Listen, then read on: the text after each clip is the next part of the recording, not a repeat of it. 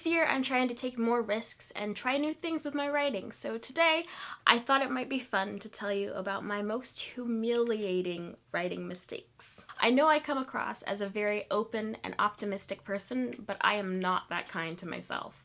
I am a ruthless self-critic. My biggest problem when it comes to finishing stories is silencing that voice in my head that claims it's worthless every time I open up software to type.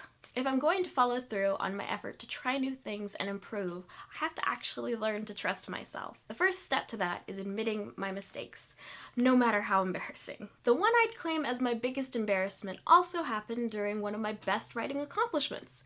When I was a teenager, I once wrote an entire 16,000-word short story in under 4 days. I'm really proud of that accomplishment and of that story, but for all of my pride, it is also the time I forgot to catch a murderer. That story was pretty well plotted, though obviously not enough. It was an adventure survival story with a main plot of a romance that was never meant to be. Along with the danger of the world they were stranded in and the ticking clock on their love, there was also a murderer just randomly killing people in their sleep. My characters weren't too worried about him, partially because they were also doing some pretty shady things themselves, but there was still a stalker taunting them and killing their friends every night. On a list of priorities, I would rank catching him pretty high. I had research material to reference the entire time I wrote the story, and everything else about it fell pretty perfectly into place. I finished it at the end of my 4-day write-a-thon, posted it online, and my friends loved it. I moved on to my next story, grew up, and forgot all about it, until I rediscovered it 5 years later while transferring computers. It was still pretty good. I was proud of it while I was reading. This killer subplot is pretty good, I thought. I wonder who that ended up being. I played myself.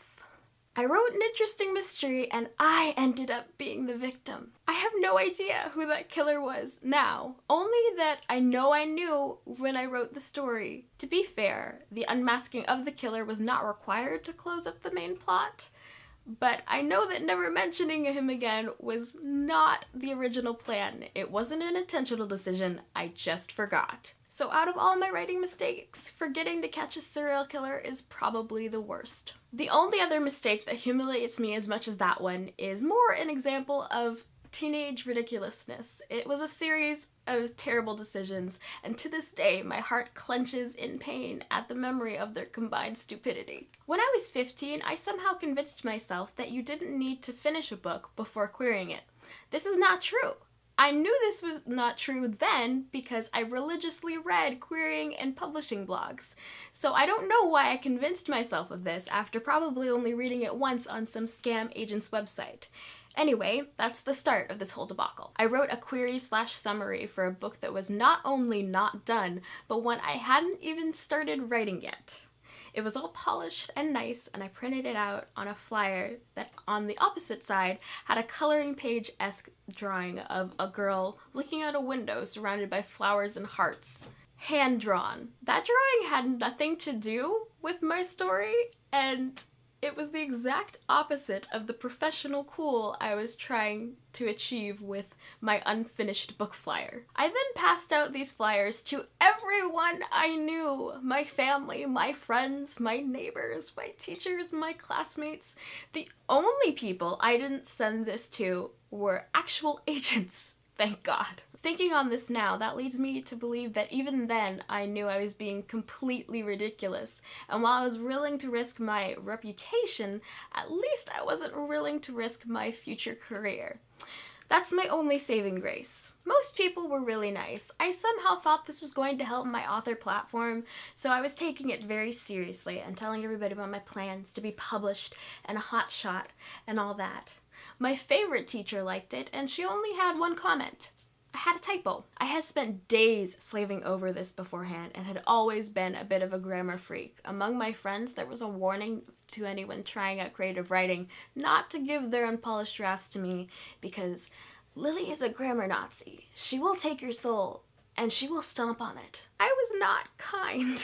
Writing had always been the one thing I'd been better at than my peers. I used to be a soccer girl, but in middle school I shattered my leg and spent several months in a wheelchair, crutches, and physical therapy. After that, I spent a lot more time online than outside, and I started writing fan fiction.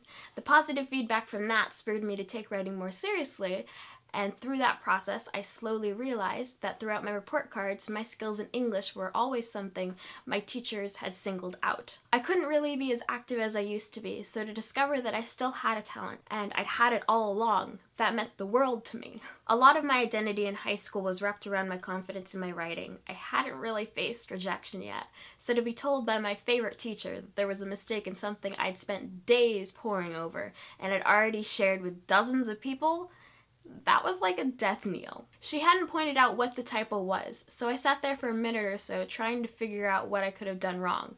I came up with nothing, but instead of asking her what it was, I just said, "Oh, I have a lot of typos." And then my face froze in horror, and I literally stared at the wall for 15 minutes. She looked at me with a very confused face and said, "Okay."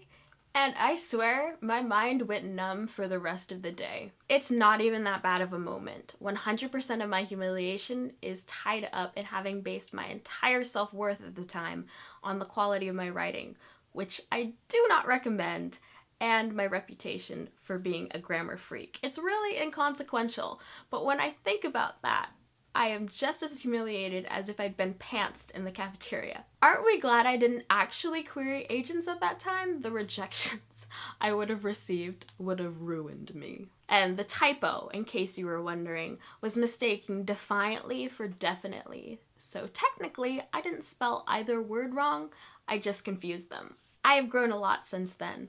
Obviously, I have somehow gone from obnoxious overconfidence in my writing to at times crippling self-doubt, but that's progress, in a way.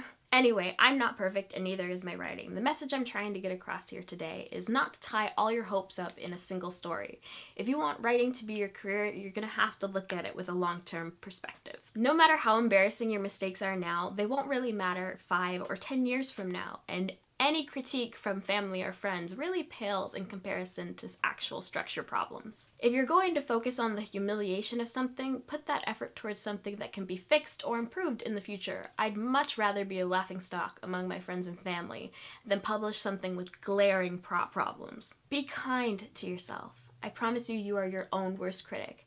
If you can learn to laugh at yourself, you will find it much easier to face your mistakes. Tell me about an embarrassing writing mistake you've made in the comments below. And don't forget to enter last week's contest if you haven't already.